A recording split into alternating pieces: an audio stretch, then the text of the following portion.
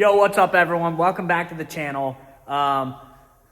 It is cold. It's freezing, but I got some Supra updates for you guys. And my snowblower took a crap, so I'm currently working on that. Let me show y'all what we got in store for the Supra and what I've been working on.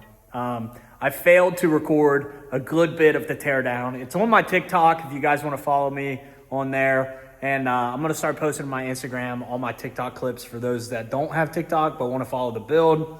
It's the same platform, same name as my my YouTube. All right, so first things first, the Supra is torn apart.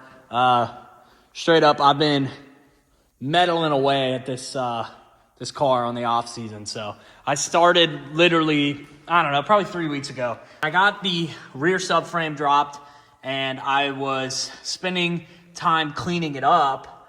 If you can tell, I bed lined after, you know, undercoating, taking care of some surface rust because the quarters were rolled.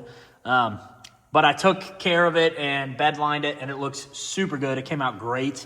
I'm really excited for this. The reason why I dropped the subframe is I'm currently putting in the Granis 8.8 swap kit for my Supra, and I got the axles from Drive Shaft Shop.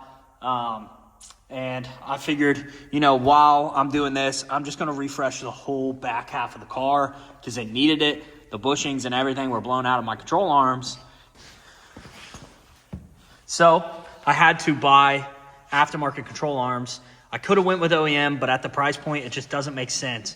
You can't replace the ball joint on Toyota Supra's suspension. So you can't just, you can replace all the bushings, but if the ball joint's cooked, you got to buy a new arm, which all of mine were, and it doesn't make sense to go OEM.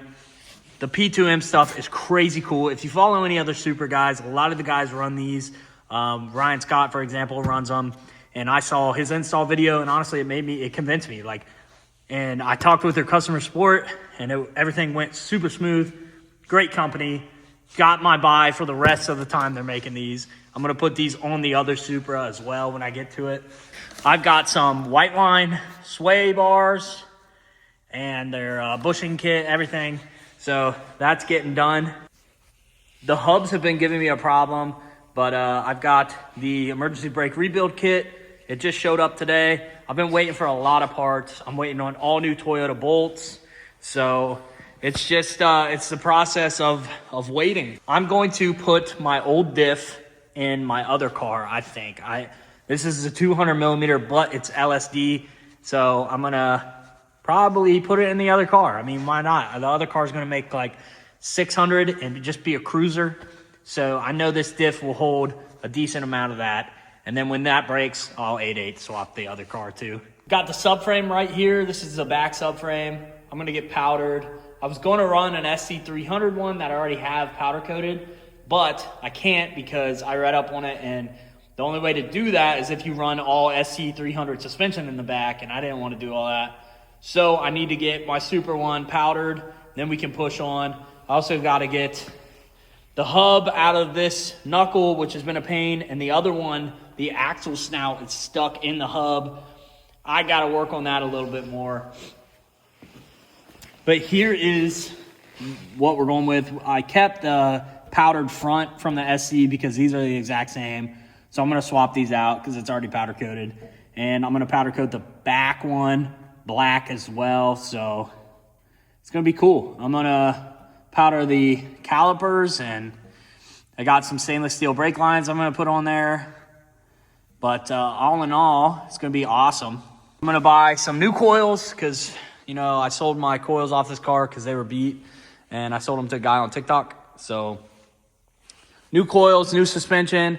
This thing should ride like a dream, and that's my goal. I just want to drive this car this year and just have a blast with it. And even if it makes 600, on this engine, I'd be cool with 600. Got new headlights for it, and I just wanted to show you guys the progress I've made. It's not much right now. A lot of it was just ordering parts and waiting on parts, but we're going to keep pressing, and hopefully we can get the rear of the car assembled, knock out the front. The front doesn't need that much work as compared to the rear. The rear of this car was nasty. So I did buy new control arms for the front too, and I want to get my big brake kit powdered as well. That's the LS400 big brakes. But yeah, I mean, engine out, clean up this bay, T56 engine in on Haltech, making a cool 600. I'd be happy. But guys, I'm not gonna lie, this is getting me nervous. I still have to pull the engine. I want to compression check it first because this was low compression before I put a new head gasket on it. It had all the signs of a bad head gasket. So I put ARP head studs on it. This is a non-VVTi GE that I converted it's like the NAT setup. And I just want to compression check it one more time. And if it reads good compression wise, I'm going to reuse this engine on Haltech and turn it up and see what happens. I have a built engine that's currently getting assembled by the time you guys are watching this. So all in all, I'm just going to turn this one up. So with that being said, I'm going to pull the engine out. I have a T56 for this. I'm going to assemble all that like kind of off the car, reseal the engine and stuff like that, just like oil pan leaks and stuff like that. Drop all that in, connect the drive shaft to the 8.8, and I still have to make an engine harness. And today is January 29th, and I'm thinking I'm trying to have this car done by March, give or take.